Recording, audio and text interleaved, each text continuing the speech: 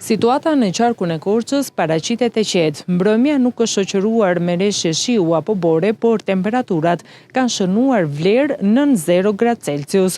Kjo nuk ka sjellë në fakt as situata emergjente dhe as problematika apo dëmtime në infrastrukturë, dhe në këtë kohë qarkullimi i automjeteve është duke u kryer normalisht.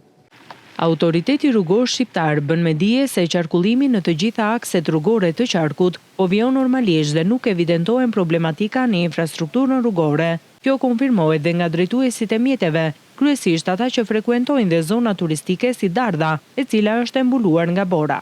Janë marrë gjitha masat besoj dhe mbrëm nuk ka patur rreshje, situata është e qetë, rruga është e hapur krejtësisht.